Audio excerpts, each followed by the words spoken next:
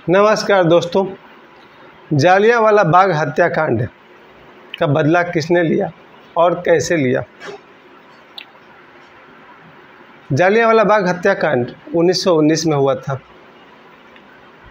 और उस समय उधम सिंह नाम का नौजवान मात्र 20 साल के थे।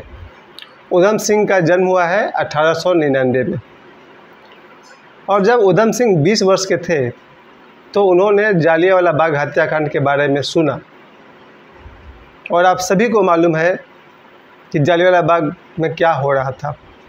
वहाँ रॉलेट एक्ट के विरोध में भारतीयों की सभा चल रही थी।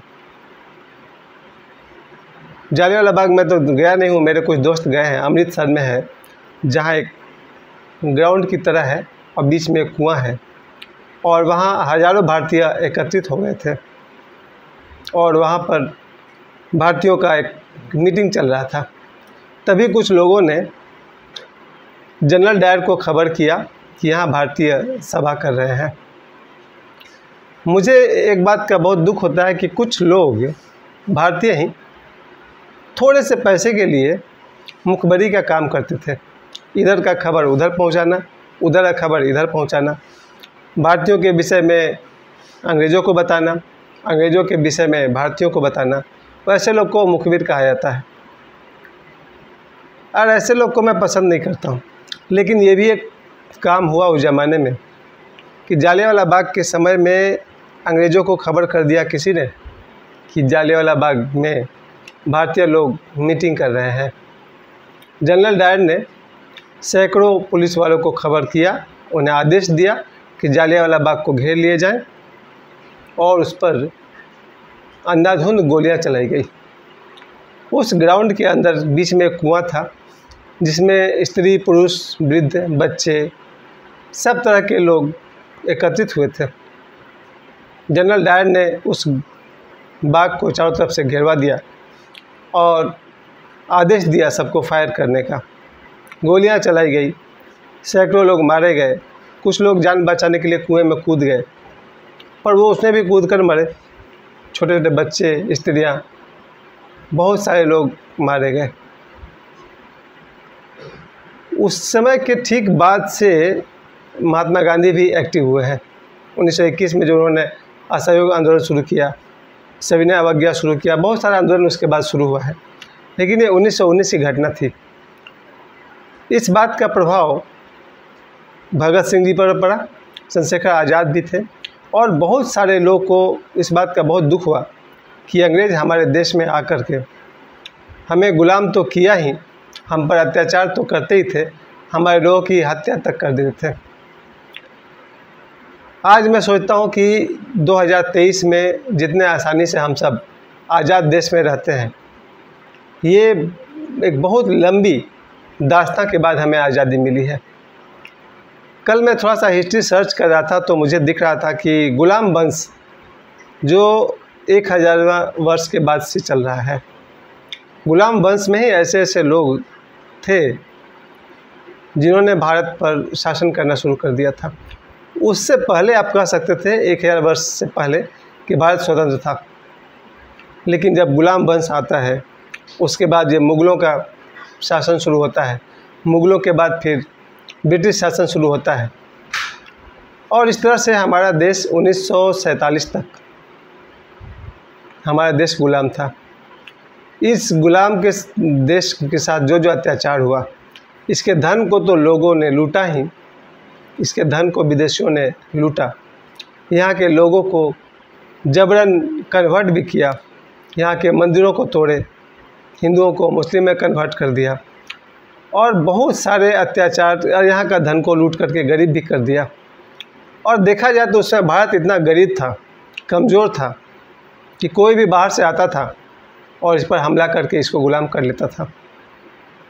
देखा जाए तो 10वीं शताब्दी के बाद से जो भारत गुलाम होना शुरू हुआ, धीरे धीरे भारत को लोगों ने खोखला कर दिया, इसके धन को लूटे। कहा जाता है कि ये भारत उससे पहले सोने की चिड़िया थी। भारत में इतना धन धान्य भरा हुआ था कि विदेशियों ने इस पर आक्रमण किया, इसके धन को लूटा और हमारे देश को खोखला करते चले गए। इसके अलावा भी जब विदेशी हमारे देश में आते चले गए, जब मुग़लों का हमारे देश में आक्रमण हुआ है, उसके बाद से भारत में और भी सारे परिवर्तन आने शुरू हो गए। यहाँ के लोग को बहुत सारे अत्याचार सहने पड़े। आप सभी जानते हैं कि इस दौरान यहाँ के लोगों को जबरन मुस्लिम भी बनाए गए, नहीं बनने पर काट डाले गए और बहुत कुछ। तैमूर के विषय में आप सभी जानते हैं, मैंने भी पढ़ा है उनके बारे में। तैमूर हमारे देश में आए तो क्या क्या किए, और इस तरह से हमारा देश चलते चलते जब ये अंग्रेज़ों का एंट्री होता है और अंग्रेज़ आए तो उन्होंने सबको ठिकाने लगा दिया। अंग्रेज़ के आने के बाद तो उन्होंने उधर टीपू सुल्तान हो या इधर बहादुर शाह जफ़र हो, इन सब के साम्राज्य को अंग्रेज़ों ने एक तरह से ख़त्म कर दिया।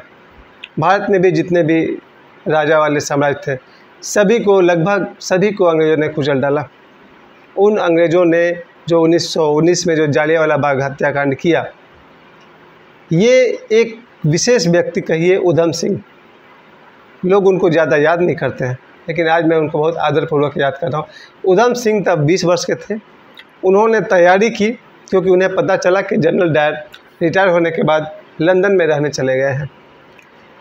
इसी मकसद का उधम सिंह के जीवन का एक मकसद बन गया कि वो जनरल डायर से जालियांवाला बाग के हत्याकांड का बदला वो लेंगे। उधम सिंह बहुत ही साधारण परिवार के लड़के थे। उन्होंने ये टारगेट बना लिया कि मुझे जनरल डायर को ख़त्म करना है और बदला लेना है। 1940 में उधम सिंह लंदन गए और लंदन में एक विशेष सभा हो रही थी। उस सभा में जनरल डायर उपस्थित थे। जनरल डायर जैसे ही भाषण देने के लिए अपने कुर्सी से खड़े हुए, उधम सिंह ने उन पर गोलियां बरसाई और जनरल डायर को उन्होंने समाप्त कर दिया। उधम सिंह वहाँ से भागे नहीं। उधम सिंह को गिरफ्तार किया गया, उन पर मुकदमा चली और उन्हें 1940 में ही फांसी की सज़ा सुनाई गई। ध्यान देने वाली बात यह है कि एक अकेला आदमी उधम सिंह जालियांवाला बाग के हत्याकांड का बदला ले लिया। इससे हम सभी भारतवासियों को एक बात तो समझ में आता है कि एक आदमी भी काफ़ी होता है। एक को भी आप बिल्कुल कमज़ोर मत समझिए।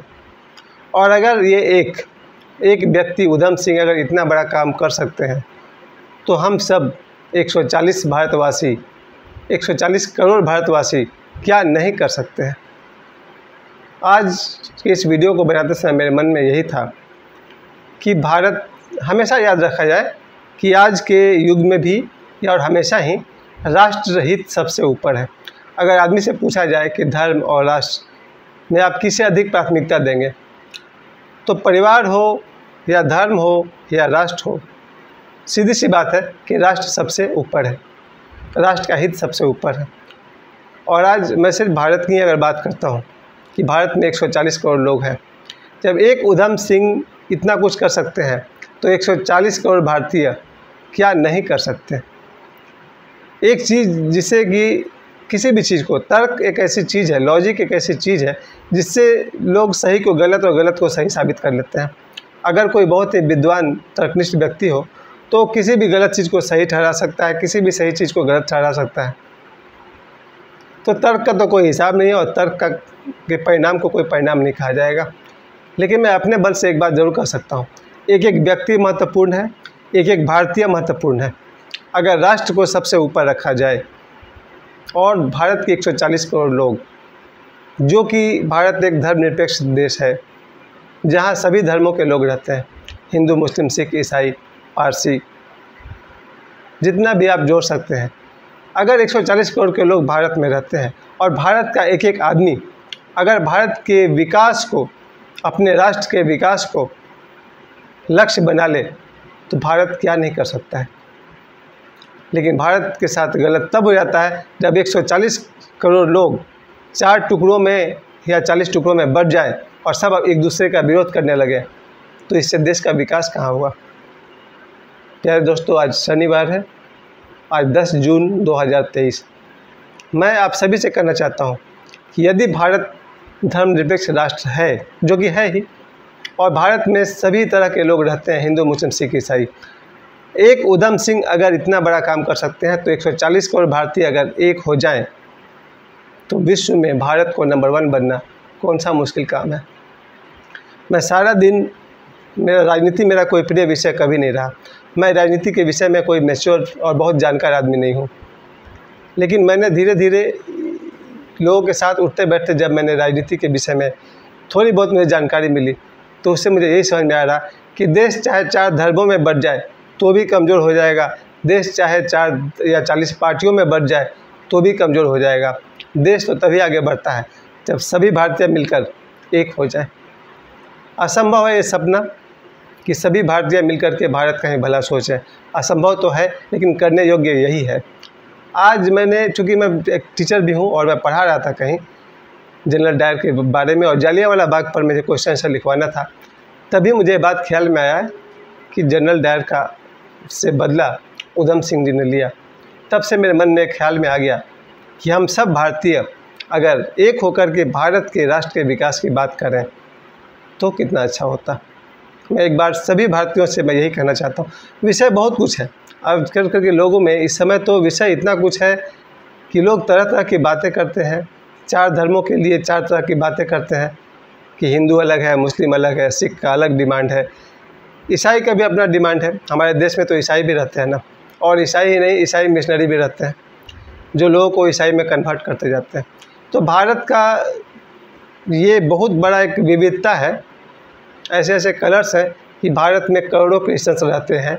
जब मैं बांद्रा में था या मुंबई में था, मैंने इतने सारे चर्च देखे हैं वहाँ पर। डॉन बॉस्को चर्च में जाया करता था, और भी सेंट एंड्रूज चर्च है और कितने सारे चर्च हैं। आप सभी जानते हैं कि मुंबई में जितने मंदिर होंगे उतना ही चर्च भी होंगे।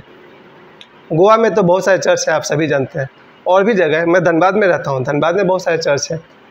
तो सीधी सी बात है कि हमारे देश के अच्छा खासा परसेंट, मुझे पक्का नहीं पता है, लेकिन बहुत बड़ी संख्या में यहाँ क्रिश्चियंस भी रहते हैं। भारत में बहुत बड़ी संख्या में मुस्लिम भी रहते हैं, सिख भी रहते हैं और हिंदू भी रहते हैं। अगर देश को 4 दिशाओं में तोड़ दिया जाए और 4 दिशा में भागने लगे तो हमारा देश कितना आगे बढ़ेगा। और यही चारों लोग अगर अपने आप को भूल करके, जब देश की आज़ादी की बात चली थी तो आप ध्यान दीजिएगा, जब हमारे देश में आज़ादी के लिए जंग लड़ी जा रही थी तो उसमें हिंदू भी हमारे देश के लिए लड़ रहे थे, बहुत सारे मुस्लिम थे जिन्होंने हमारे देश के लिए अपने जान गंवाए। उधम सिंह जी सिख थे, और भी मैं क्रिश्चियंस के बारे में तो ज़्यादा कुछ जानता नहीं हूँ कि उनका देश की आज़ादी में क्या योगदान है, लेकिन मैं इतना ज़रूर कह सकता हूँ कि इन सभी लोगों ने मिलकर के देश को आज़ाद करवाया। और आज अगर देखा जाए कि यही हिंदू मुस्लिम सिख ईसाई अगर इनकी शक्तियाँ अगर बढ़ जाए तो ये तो कमज़ोर होंगे ही, हमारा देश भी कमज़ोर होगा। तो देश को बांटने का एक क्राइटेरिया तो ये बन गया कि ये हिंदू है, ये मुस्लिम है, ये सिख है, ये ईसाई है, और इससे देश में कमज़ोरी ही फैलेगी, देश की शक्ति कोई बढ़ तो नहीं जाएगी ना। इसके अलावा लोग देश को बांट देते हैं पार्टियों में। अलग अलग पार्टियां हैं, देश की राजनीतिक पार्टियां हैं, और 1-2 पार्टियां नहीं है, 8-10 से भी ज़्यादा है। देश अगर पार्टियों में बढ़ जाए तो वहाँ भी देश कमज़ोर ही होगा ना, या कि मजबूत हो जाएगा। कब वो दिन आएगा कि हर एक आदमी, भारत का आदमी अपने आप को भारतीय समझेगा? कब वो दिन आएगा जब देश के 140 करोड़ लोग मिल कर के देश को आगे बढ़ाने की बात सोचेंगे? शुरुआत तो मैं ही करता हूँ, क्योंकि मैं एक बात बहुत ही हृदय से कहना चाहता हूँ कि मेरे लिए हिंदू मुस्लिम सिख ईसाई का बंटवारा कोई बहुत मीनिंगफुल चीज़ नहीं है। मैं मानता हूँ हम मानव हैं, इतना काफ़ी है। हम भारतीय हैं, इतना भी काफ़ी है। तो न तो मैं चारों धर्म के बंटवारे से ज़्यादा ताल्लुक़ रखता हूँ। मैं एक मानव हूँ, काफ़ी है, मैं एक भारतीय हूँ, और ना मैं पार्टियों के बंटवारे में विश्वास करना चाहता हूँ। मैं यही कह सकता हूँ कि मुझसे जो बन पड़ता है मैं अपने देश के लिए करता हूँ। और आप सभी से अपने इस वीडियो के माध्यम से, चूँकि अब मेरे 1910 सब्सक्राइब्स हैं, यानी 2000 सब्सक्राइबर्स मेरे होने वाले हैं, 5.5 लाख से अधिक व्यूज़ है। आप सभी को मैं धन्यवाद करता हूँ कि मुझे आप लोग सुनते हैं। और मैं आप सभी से अपने इस वीडियो के माध्यम से कहना चाहता हूँ कि सभी लोग अपने देश के लिए सोचें तो बहुत बढ़िया बात होगा। और उससे भी महानतम बात होगी जब हम पूरे विश्व के लिए सोचेंगे। आपको लगता है विश्व के लिए हम क्यों सोचें? जब विज्ञान का आविष्कार होता है, यदि कोई देश मोबाइल बनाए और कहे कि इस मोबाइल पर सिर्फ उसी देश के लोगों का अधिकार होगा, तो कैसा लगेगा आपको? अगर कोई देश का वैज्ञानिक मोबाइल का आविष्कार करे और कहे कि ये सिर्फ हमारे देश के लोग यूज करेंगे और बाकी विश्व के अन्य देश के लोग इसका इस्तेमाल नहीं करेंगे, कैसा लगेगा? किसी देश में टेलीविज़न का आविष्कार हुआ हो, इंग्लैंड में हुआ था ना, और अगर इंग्लैंड के लोग ये दावा करें कि इसके सिवा कोई और देश वाले टीवी का इस्तेमाल नहीं करेंगे, आपको कैसा लगेगा? फ्रिज का आविष्कार कहीं हो और वो कहे कि सिर्फ इसी देश के लोग फ्रिज का उपयोग करेंगे, बाकी दुनिया के लोग नहीं करेंगे, तो कैसा लगेगा? जिस तरह से विज्ञान और विज्ञान का आविष्कार यूनिवर्सल होता है, पूरे पृथ्वी के लिए होता है, विश्व के 235 देशों के लिए होता है। विज्ञान का उपयोग सभी के लिए होता है। विज्ञान का उपयोग बिना भेदभाव के लोग करते हैं। ये नहीं पूछते हैं कि ये मोबाइल किस देश ने बनाया, किस धर्म ने बनाया, है ना, और सभी लोग इस्तेमाल करते हैं। तो जब विज्ञान पूरे विश्व का एक हो गया, जिस दिन हर आदमी का धर्म भी एक हो जाए, और याद रखिए धर्म का यहाँ सीधा सा मतलब होता है प्रकृति का एक नियम, वही धर्म है। धर्म बहुत गहरा विषय है, इस पर मैं एक लाइन में नहीं बोल पाऊँगा, लेकिन मैं यही कह सकता हूँ कि धर्म का कम से कम अर्थ है उचित स्वभाव। अगर पूरे विश्व के लोगों का एक ही धर्म हो, उस धर्म का नाम है ह्यूमैनिटी, मानवता। मानवता ही सबसे बड़ा धर्म है और राष्ट्रहित ही हमारा सबसे बड़ा धर्म है। विश्व का वो है ना, वो कल्याण हो, वसुधैव कुटुम्बकम बोलते हैं ना, तू वसुधैव कुटुम्बकम। पूरी धरती हमारा परिवार है। आदमी अगर अपने छोटे सोच से ऊपर उठे तो कह सकता है पूरा परिवार हमारा है, और अपनी सोच को बड़ा करता है तो कहता है पूरा देश हमारा है, और अगर सोच और बड़ी हो जाए तो पूरी पृथ्वी हमारी है। और बुद्ध जैसे लोग तो ये भी कहेंगे पूरा ब्रह्मांड उनका है। मुझे समय देने के लिए बहुत बहुत धन्यवाद। आज मैंने उधम सिंह जी को याद किया और साथ में आप सभी से अपील किया है। मैंने अपील किया कि सारे लोग, मेरे सारे दर्शक, राष्ट्र को सबसे ऊपर रखें, पूरी धरती को सबसे ऊपर रखें, मानवता को सबसे ऊपर रखें। मानवता हमारा धर्म है। धन्यवाद।